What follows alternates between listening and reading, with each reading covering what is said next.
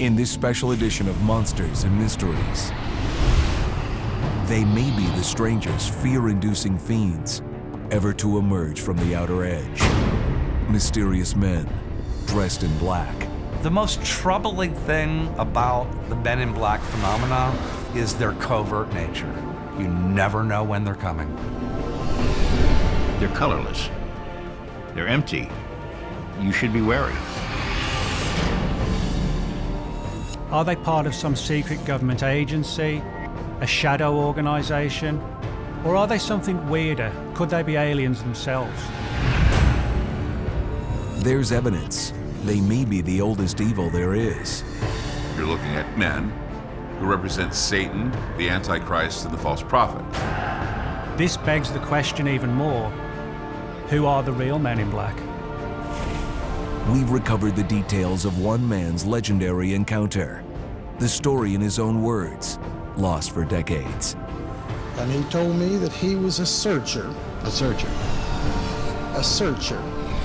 Now, for the first time, an entire episode steps into this dark domain to discover the real Men in Black.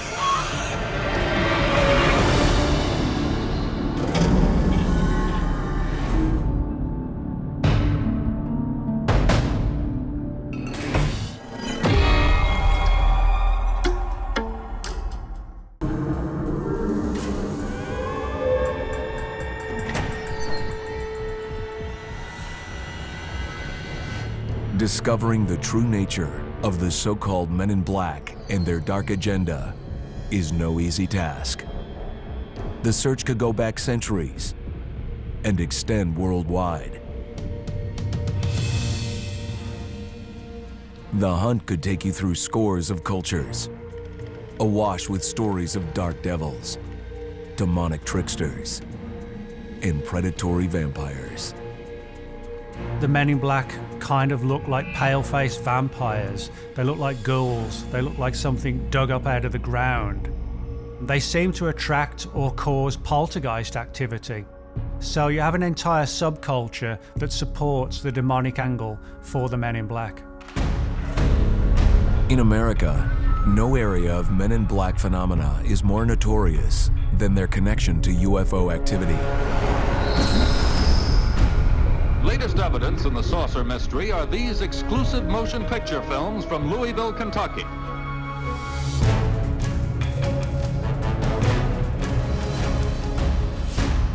For more than half a century, reports of aliens arriving from other planets have touched nearly every corner of America. Claims about these events are so numerous, they're difficult to ignore. But I can't fathom it because it seems so unreal.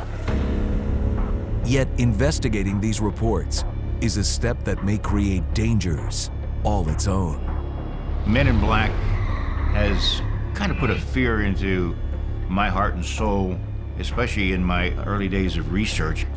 In other words, stop it or you'll be sorry sort of syndrome. And that's pretty scary. If you are an experiencer, I think you're going to be looking over your shoulder.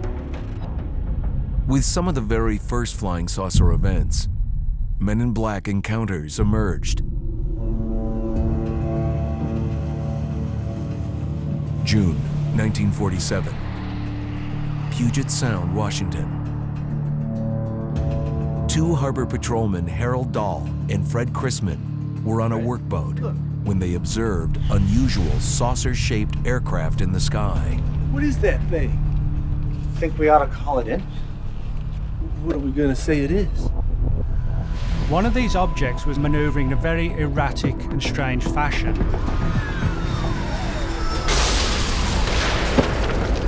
And it suddenly exploded in the sky, showering all this strange wreckage down into the harbor. One of those objects dropped something down onto the ship, which actually killed a dog.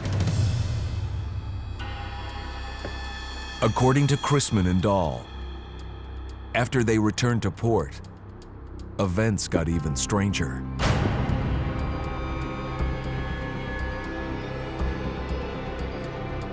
Gentlemen, perhaps you've seen the weather balloon? Balloon? was a random weather balloon test. Hey, man, there was an explosion. Easy mistake. Easy mistake. Nothing to be concerned about. Dahl was approached by a real man in black, and he was threatened with his life. His family's life was threatened. You will not speak of this to anyone. Making it very, very clear that under no circumstances should he talk about this encounter. You don't want to alarm anyone, do you? This particular case is important because this was the very first man in black encounter in which a witness was threatened after having seen a UFO. It also contained a key feature of the Men in Black. You know, the G-men look. The thin tie, very well-pressed pants, black overcoat. Very often wearing fedora-style hats. So they do have this air of authority about them, which does give off kind of like a government angle. These visits began occurring with regularity. Wherever a UFO event unfolds and someone starts asking questions, soon they realize they're the ones being investigated. For almost 50 years, Stan Gordon has been tracking UFO sightings around Pennsylvania. In the early 1970s, western Pennsylvania seemed practically under assault. We had this massive wave of UFO activity throughout the state of Pennsylvania. Actually, it was unprecedented. All of a sudden, it was like an invasion. It was just report after report after report coming in. And once it got up into the hundreds of reports and thousands of people in this region, I mean, it became serious business. Like, what the heck is this? It was in the midst of all the UFO sightings that Stan got the first clues the Men in Black were tracking him. August 24th, 1973. At a trailer park in Derry, Pennsylvania, something had just unfolded. Something out of this world. We were looking this way, So when we get on the scene, we interview the family involved and some of the other neighbors who experienced what happened that night. It was very apparent these people were frightened and very, very upset over what they had experienced. You could see the emotion. They had seen something that wasn't supposed to exist. We found out that this woman and her son were inside of their trailer. From the back of the trailer, they heard scratching sounds. And also what sounded like baby crying sounds.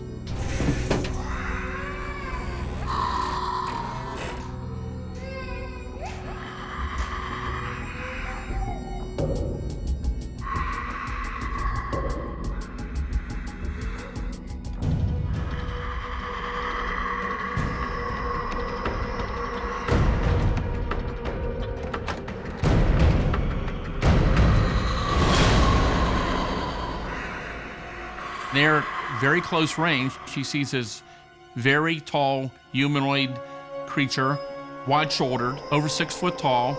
They were very, very frightened. It must have been attracted to the trailer's electrical supply. Right after, the woman's power shuts off.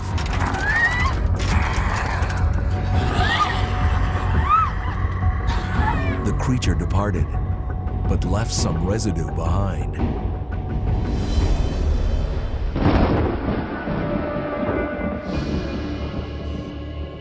The woman's screams drew the attention of neighbors, who immediately called the police. Hey, we've got a pretty big... And when the police get out there, they find what appeared to be some footprints that are very unusual. Even more unusual, the Men in Black that arrived soon after.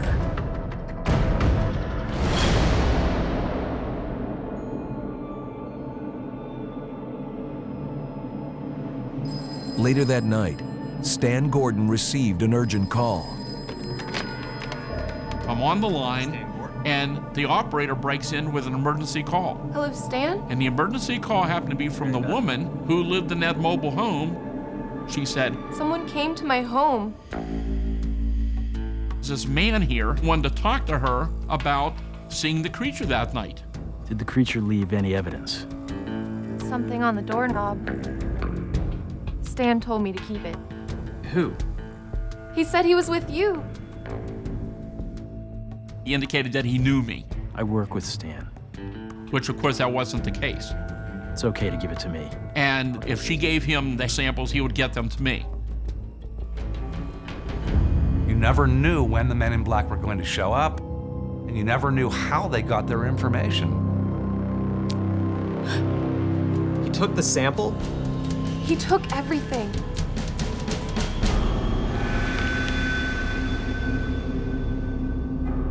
He's not with us. Sorry.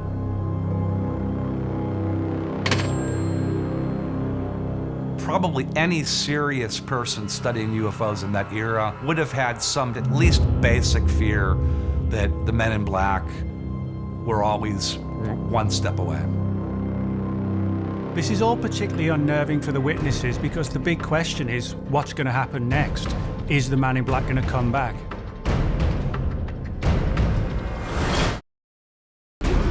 Imagine the unbelievable. Witnessing firsthand an unidentified flying object. As if a UFO encounter isn't shocking enough.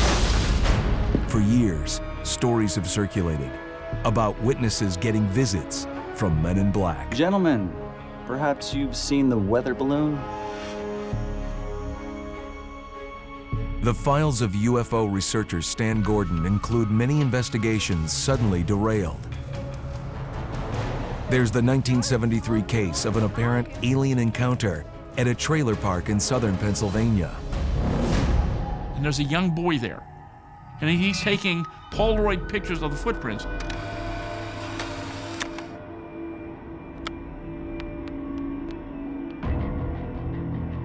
Just then, a strange, dark-suited man arrived. I just took a picture. You just took us a picture.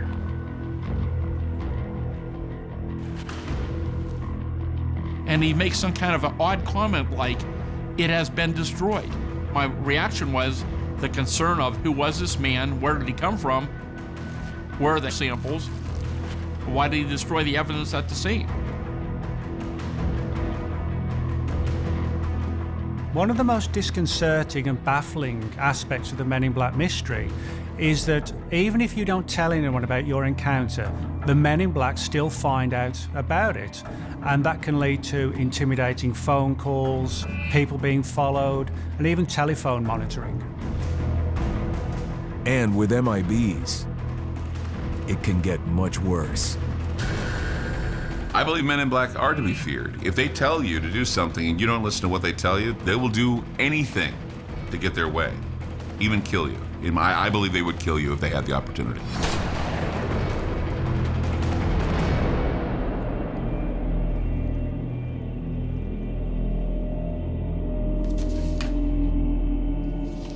Stan Gordon has seen just how intimidating the Men in Black can be.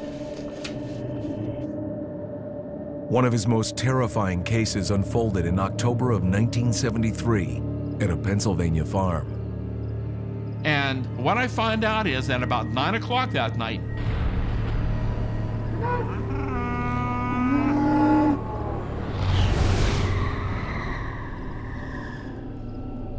they see this large object about as big as a barn, a big round red sphere, about 100 feet off the ground and hovering.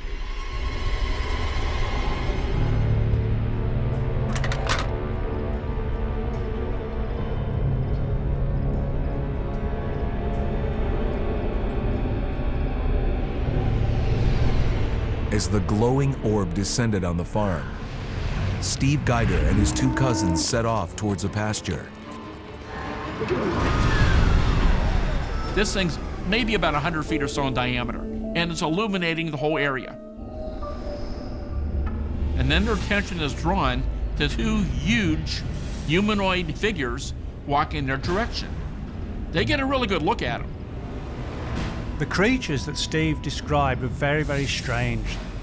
7 to 9 feet tall, arms hanging down past their knees, and they had these weird self-illuminating eyes. There's that flash of light,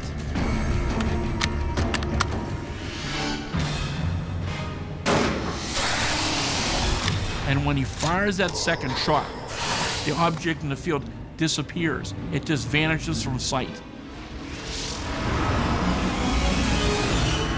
He had seen an alien spacecraft and creatures that couldn't be from Earth. And I remember what Steve always said to me. He said he never forget how those glowing eyes just kept staring at him. And he said, look, I've been hunting all my life. He said, I know I hit it. I know I hit that big creature, but there was no effect on it whatsoever. While Men in Black don't pursue each and every witness, clearly, this farmer had seen too much. Here was a guy that had a very, very close encounter.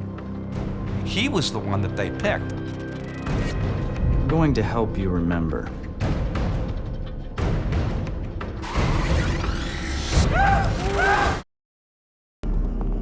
For decades, America has been awash with rumors of mysterious men in black. Hovering, hard to define, yet spreading the word, we're watching you. When it comes to the Men in Black, what we do know is that UFO witnesses are being actively monitored, watched, and threatened, and that's very frightening for them. It's a scenario that Stan Gordon discovered back in the 1970s when he first started tracking UFO reports. Case in point, one night in October 1973, Stan received an urgent call about an alien encounter at a farm. Like fluorescent green. You can see these marks here. We were sitting on the porch. State troopers were on the scene. The ground is like bright green, so I grabbed my shotgun. And what the trooper tells me is, where the object had been on the ground, that whole area is now self-luminescent and glowing. 100, maybe 150 feet or so in diameter, he estimated. The light coming up from the glowing area is coming up about 12 inches off the ground. Just appeared out of the woods. By the time we got there, and his eyes were glowing. The farm animal still wouldn't go anywhere near that area. As the days passed, Stan Gordon stayed in touch with the farmer, Steve Geiger. And we talked to him about the possibility of doing hypnosis, and he kind of looked at us a little funny and said, why do you want to hypnotize me again? And we said, Steve, we never hypnotized you. As Stan would learn shortly after the UFO incident, Steve was visited by two strange men. One dressed in an Air Force uniform, the other a black suit. He always assumed they were connected to my research group. These men wanted to, again, do a thorough investigation with him. They want to go over all the details with him.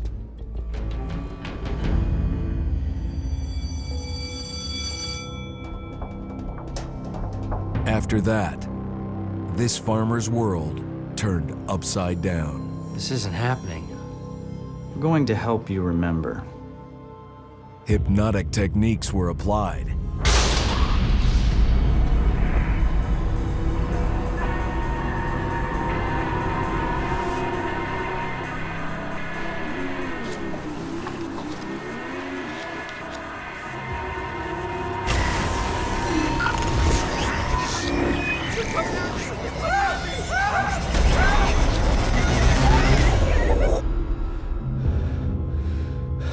Is this what you saw? You're not crazy. Everything is perfectly normal. It's really not even worth mentioning to anyone. And they told him he wasn't crazy, that he saw what he saw, that they would be in touch.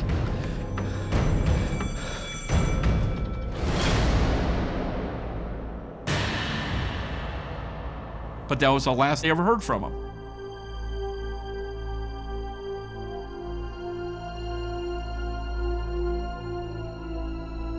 Right away, we knew something unusual had occurred.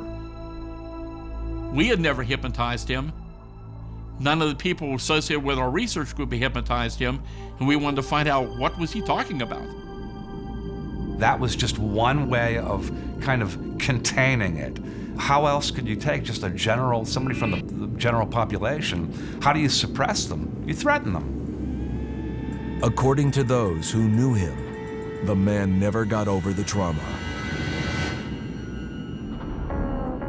I didn't doubt the fact that he had a visit by these quote-unquote men in black. I'm sure it was hard for him to get past anyone that would have to go through an experience like that. It has a long-lasting effect.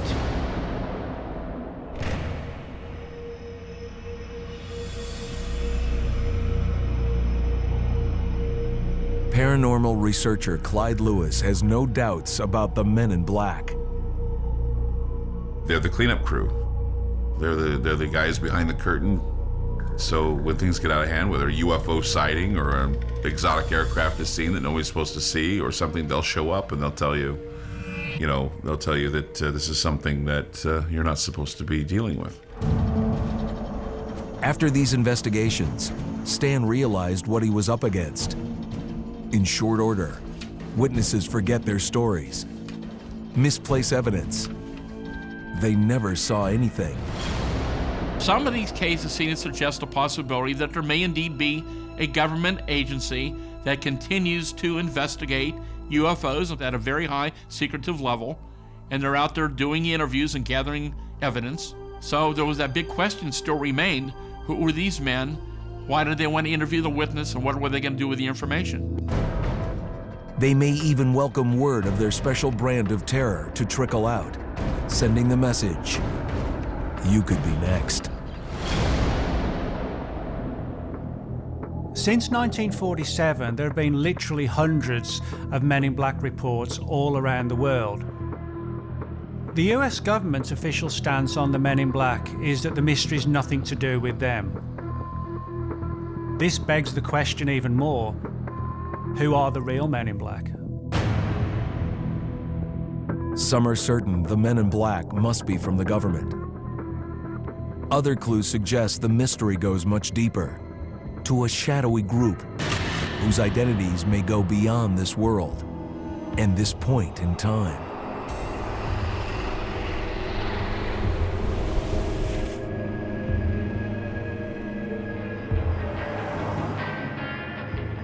In West Virginia, on the night of November 2nd, 1966, a sewing machine salesman named Woody Derenberger was driving home.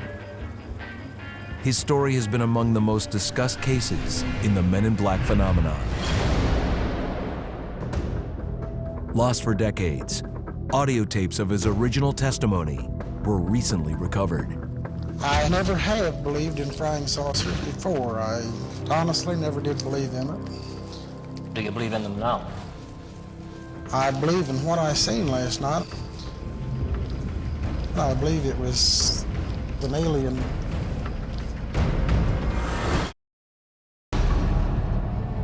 Far from their Hollywood persona are the stories of real Men in Black. Secretive, sinister, and according to some investigators, they may be extraterrestrials or time travelers from another dimension.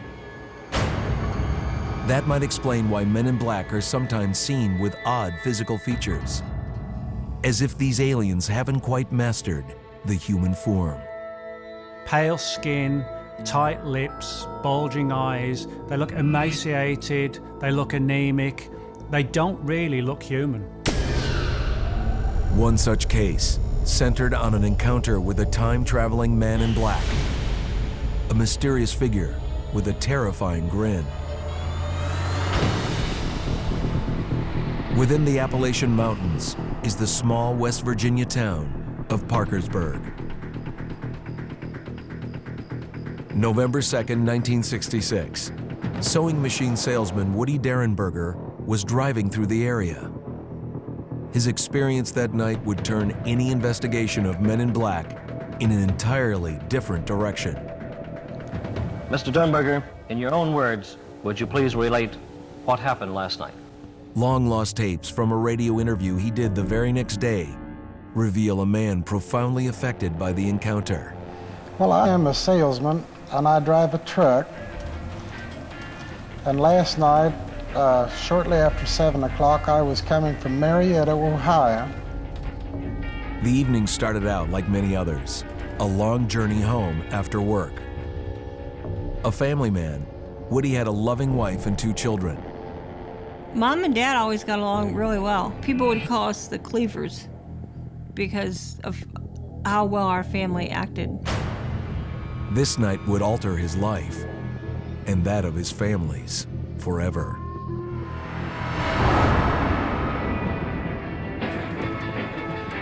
I was coming down Interstate 77. He heard a noise in the back of the truck, and he was afraid one of the sewing machines had fallen over.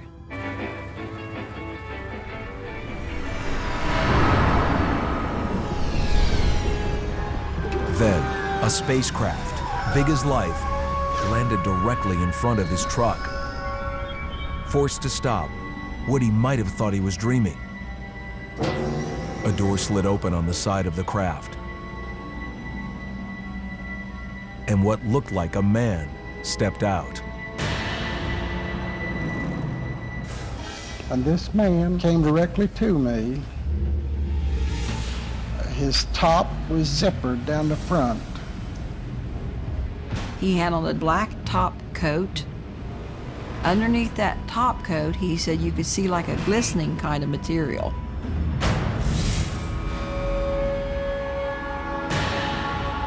This man had an unusual, spooky-looking grin on his face. Struck my father as being scary. Who are you? Woody? Do you have a family? Yes. Somehow, Woody was hearing the grinning man speak. And as far as I understand, this was all mental.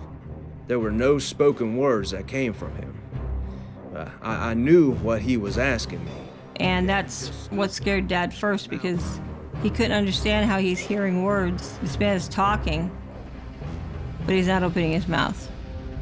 And he told my father that he was a type of a scout. He told me that he was a searcher.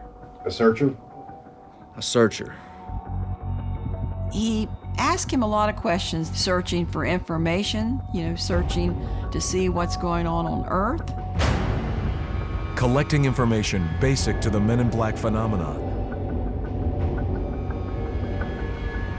Finally, Woody managed a question of his own. Dad said, "Well, who are you?" Cold. Indrid Cold.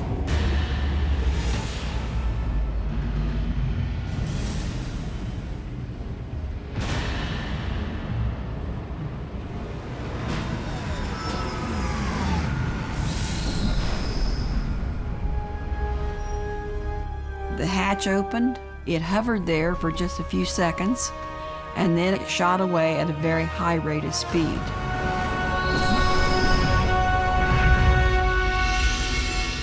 And he said to me, "We will see you again." "We will see you again. We're coming back to see you, Woody Derenberger," said Indrid Cold. "I'm coming back." And that's the thing that Mr. Derenberger said frightened him the most, was that they were going to come back. And he said, "We will see you again." Do you believe he will? I'm afraid he will. I don't want him to, but I have a feeling that he will.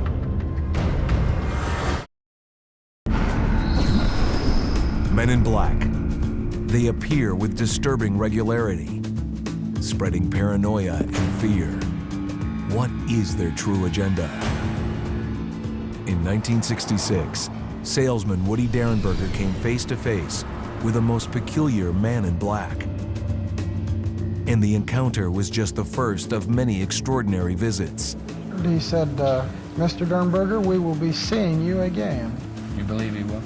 I'm afraid he will, and I don't want him to, but I have a feeling that he will.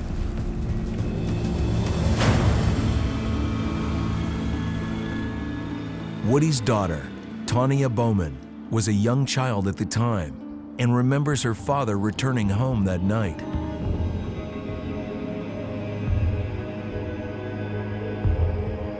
When he walked through the door, we all knew Dad was home. He was white as a sheet. And I've never seen Dad like that. And nothing ever scared my father. My father was a big guy. Mrs. Derenberger said that when he came home, He could not have been any whiter if he had been lying in a coffin. He looked like a dead body. Daddy, what's wrong? Get to bed now. He told my brother and I that we had to go upstairs and go to bed. So I snuck downstairs and listened to my dad telling my mom the events that happened. You're not gonna believe what happened to me today. Mom told Dad that if he was trying to scare her. It's working. This is what happened. That's when Mom picked the phone up and called the sheriff's department.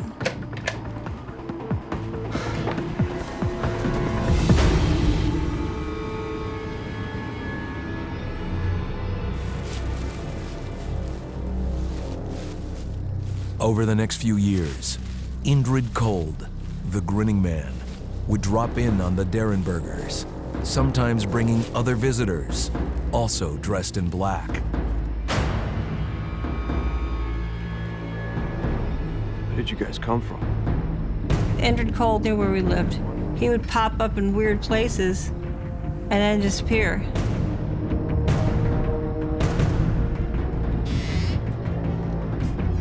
Bring Tanya inside, please. And it was at that point that I wasn't even hardly allowed to play outside because of all the strangers in the area. Tanya, come here. When it comes to the comparisons between Indrid Cold and the Men in Black, there are actually a number of interesting similarities. There's the grinning factor and also the black topcoat. There's the fact that Cold kept coming back to the family home. Mrs. Derenberger, for example, was somewhat concerned by this. Men in Black have made repeated visits to prominent UFO researchers. The effect of these meetings on Woody Derenberger was life-changing. What was most fascinating was that in the wake of these events, Derenberger began to develop very keen senses of ESP. This totally freaked his wife out because he was able to tell her, say for example, if she was out shopping, who she spoke to, where she went, what she'd bought at the store, things like that. We're dealing with some type of otherworldly, non-human beings who were interacting with this guy, causing him to have all kinds of odd things happen to him. In the late 1960s, there were at least 4 separate sightings of the grinning man in black. It raises the question, who really was Indrid Cold? And what was his agenda? He was another sort of an MIB, Indrid Cold. He is there to tell you that something is about to happen. These guys, they see themselves as custodians. They see themselves as being part of, pushing our evolution in the right direction. In this view, the Men in Black have always been around, secretly shaping events on Earth. Who are they? Who are they? I believe that they come back and they check on, progress. So if I had to say who Indrid Cold was, I would say Indrid Cold was probably our brother from another world. While some imagine Men in Black are benevolent guardians, other clues point to a much darker agenda. What's particularly interesting about the majority of Men in Black reports, and in a fashion parallels with the Indrid Cold story, is that people get a sense of dread from them. And also there are a number of reports where the Men in Black are seen grinning. Most people are very scared and intimidated by the Men in Black, not just by their threats, but by the way they look. They sort of look like pale-faced ghouls or vampires. Now, there's evidence the Men in Black might be even scarier than imagined. The oldest evil there is. Demons called forth by the devil himself.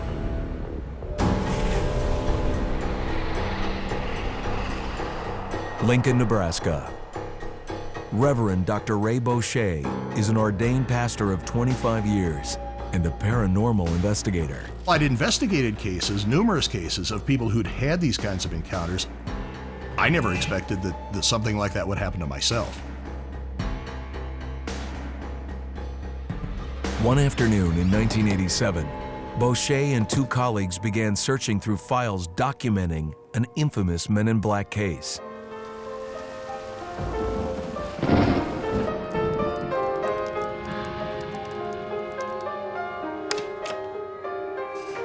Dr. Herbert Hopkins was a respected psychiatrist who had performed hypnosis sessions on clients claiming to encounter Men in Black.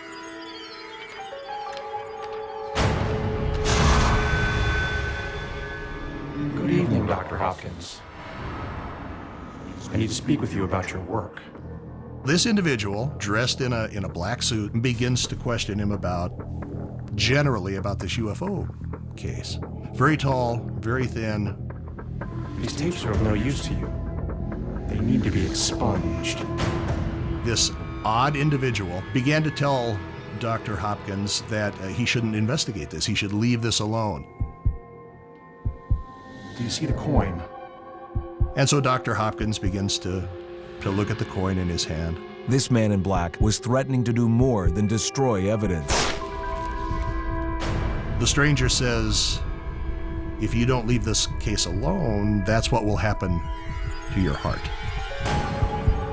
Destroy the tapes, Dr. Hopkins.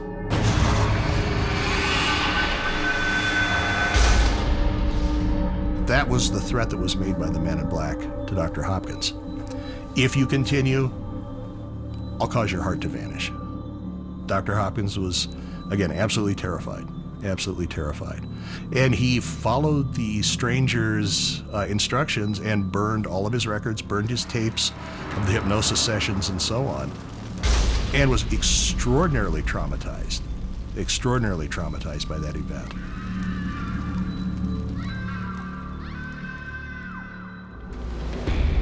Going through Hopkins' papers would launch Reverend Boucher into his own terrifying encounter with the demonic Man in Black. What's happening? Oh my gosh.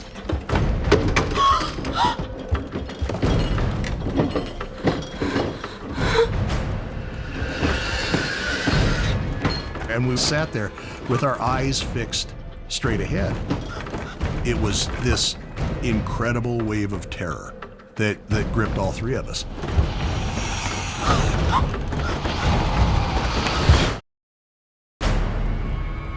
Rumors of Men in Black continue to circulate, their origins unknown.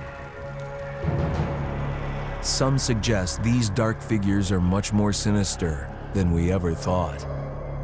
The biggest thing that appears to put them in the realm of the demonic is the fact that they seem to be more of a spiritual being in nature, a supernatural being, and threats that seem to carry very much a sense of malevolence.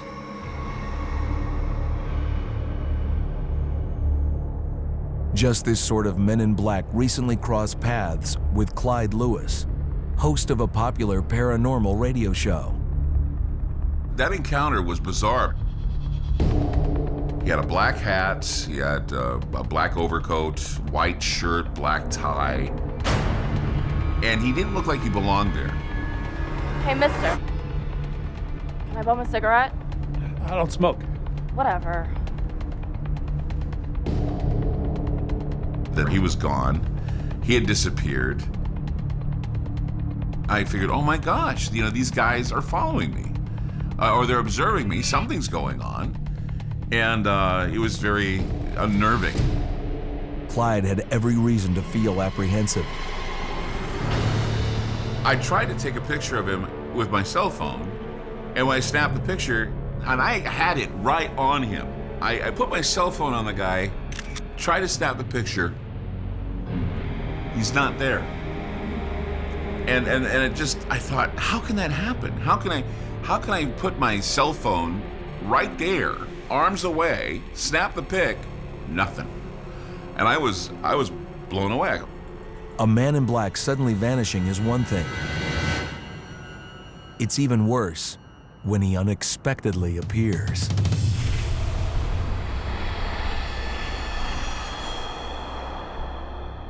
One night in 1987, in Lincoln, Nebraska, Reverend Boucher and two colleagues were researching accounts of Men in Black encounters. We were at a long table, And we were sorting through these documents into some kind of rational order so we could really begin to examine them. Yeah, exactly like it says in the book. And as we sat there, I began to be aware of just a very uneasy feeling. It may have been unwise to delve too deeply into the misdeeds of the men in black.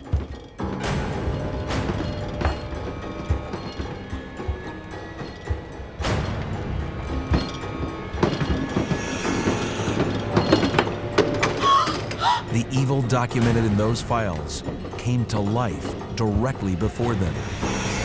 It was this incredible wave of terror that gripped all three of us. And we just sat there, unable to move. Satisfied it had terrified its victims, this demonic man in black vanished into thin air. When three of us have exactly the same experience at exactly the same time, in exactly the same circumstances, it begins to make me wonder what sort of external force came into play there to cause this to happen. Something the three of us never forgot. We've never forgotten that. What the heck was that? I have no idea. After this harrowing encounter, Reverend Boucher suspended the group's research into the men in black. It is definitely a traumatic event that no one wants to remember, no one wants to talk about, and everyone who's experienced it wishes they could forget. And the scars never go away. They never go away. That lingering memory, a sense of profound dread, etched in your mind, seems to be a universal feature of the Men in Black phenomenon. These cases are definitely not hoaxes or hallucinations. Too many people have had credible encounters that are very similar to each other. It's something that is very psychologically scarring. It's almost as if you had been stalked by a psychopath. And you never get over that. Very much the same thing with the Men in Black. They're not comic book characters found in a Steven Spielberg movie. They're real individuals. They are here to observe us. They move about in a clandestine way, and they may even have contact or may even are in cahoots with perhaps a satanic path. Beware, MIBs are real.